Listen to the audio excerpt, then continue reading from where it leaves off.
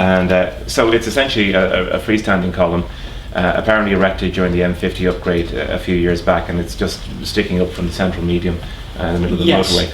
If you passed it every day, that would probably, you'd wonder what that is. It's not a remnant of the visitors from Easter Island. It isn't. It isn't. It actually was. It's kind of a combination of design approval for the road expansion, and then also the process of building a walkway over the motorway.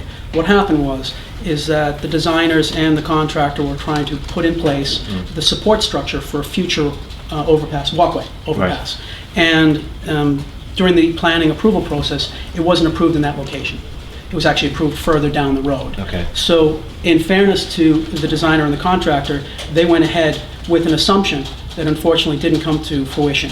So it stands there as a sort of a remnants to the timing of design, approval, and then construction. So there's a bit of enthusiasm. It makes more sense to leave it there than to take it. Yeah, well, what it does, it kind of future-proofs the potential for a future structure that could be there as well. Okay. Because the cost of putting it up, there's no point in taking it down when it may have a future value, and it's structurally sound. And you do see, this probably isn't just a one-off, there's probably, you see structures along the M50 and you think maybe they're supposed to be signs, so that there are similar things to these around the motorway network, are there? Yes, well, what happens on the M50 itself, again, we're looking at, a part and parcel of it is when you're trying to see the future and figure out how you can put in heavy infrastructure without having to go back and add that additional cost and that additional element when you know something's going to happen in the future, like new signs. We have variable message systems, VMSs, and they're sort of the high, you can see them now on the M50, and there's sort of the multiple messaging that comes on a sign and lets you know what goes on.